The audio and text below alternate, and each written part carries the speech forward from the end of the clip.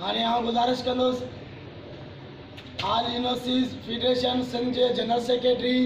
ऐं सदर general secretary शहीद बेनज़ीर भुट्टो मेडिकल यूनिवर्सिटी जे मोहतरम जनाब नूर मोहम्मद होलियो साहब जन खे लाज़िमी ख़िताब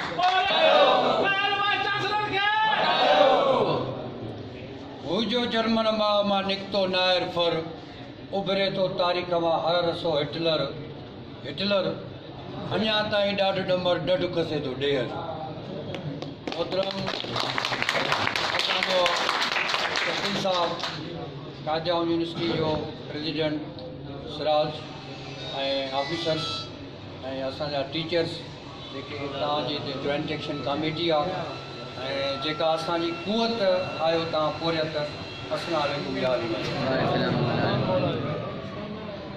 साईं मां ज़रई यूनिवर्सिटी में हिकिड़ी स्पीच कई हुई त वाइस चांसलर जॾहिं बि पंहिंजे कॉन्ट्रेक्ट खणी वाइस चांसलर जी सीट ते ईंदा आहिनि न त हिकिड़ो हलफ़ ॿियो बि खणंदा आहिनि त असां मुलाज़िमनि जो पोरियतनि जो ऐं इदारे में जेके बि स्टेक होल्डर आहिनि उन्हनि खे पंहिंजो जाइज़ राइट जेके आहिनि न उहो सवले तरीक़े सां न ॾियो जेसि ताईं उहो असां ते लानत फटकार न कंदा तेसि ताईं माना असां न ॾियो इहो सिंध जे हर यूनिवर्सिटी जे वाइस चांसलर खे या त उहो पाण ख़ुशीअ सां हलफ़ खणंदा आहिनि या इहो खणायो वेंदो अथनि उते जे करे अॼु असांजे फेडरेशन जी मीटिंग बि आहे इजलास बि आहे मेडिकल यूनिवर्सिटी में ऐं हींअर सिंध जे सभिनी यूनिवर्सिटियुनि में मुलाज़िमनि सां इहो ई जेको आहे सलूक कयो पियो वञे उन्हनि जूं बुनियादियूं पघारूं ॿिया अलाउंसिस वग़ैरह बंदि कया विया आहिनि ऐं मुख़्तलिफ़ टार्चरनि मां मुलाज़िम गुज़री रहिया आहिनि हिन सिलसिले में इंशाअल्लाह अॼोको असांजो जेको इजलास आहे उनजी मेन पॉइंट आहे त असां कराची प्रेस क्लब लाइ तयारी कंदासीं ऐं सिंध जे सभई यूनिवर्सिटियूं उते इंशाअल्लाह गॾु थींदासीं थी सघे थो असां सीम हाउस जो घेराव कयूं या असां उते मरण घड़ी ताईं बुख हड़तालूं कयूं जेको इजलास में तय थींदो इंशाअल्लाह तव्हां पोरियतनि मां इहा ई असांखे उमेदु आहे ऐं इहो हिकिड़ो सुठो अॼुकल्ह तक़रीबन को साल खण खां थियो आहे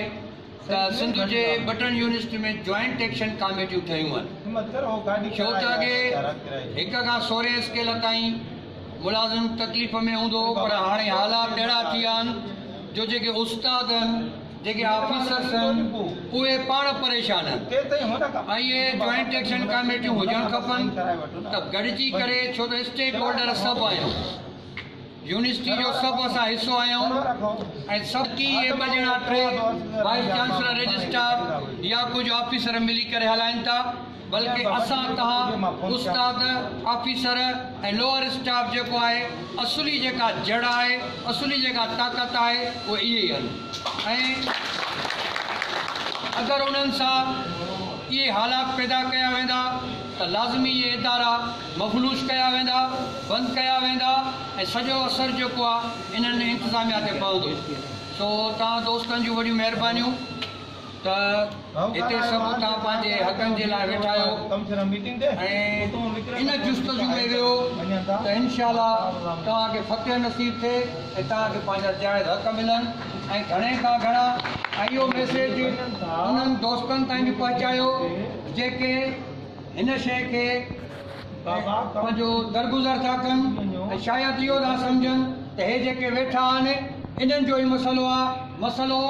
यूनिवर्सिटी जे हर मुलाज़िम हर उस्ताद हर ऑफिसर जो आहे त उहे जेसि ताईं गॾिजी ताक़त न ठाहींदा पंहिंजी तेसि ताईं इहे मसइला हल न थींदा तंहिंजे करे तव्हां इंशाअल्लाह असांजो चेयरमैन साहिबु बि ईंदो ऐं हितां खां पोइ असांजो इजलास आहे मेडिकल यूनिवर्सिटी में उन्हनि दोस्तनि उते अरेंज कयो आहे त इंशाअल्लाह इन सभिनी शयुनि खे उते वाच आउट कंदासीं ऐं सभु शयूं रखंदासीं तव्हांजी वॾी महिरबानी साईं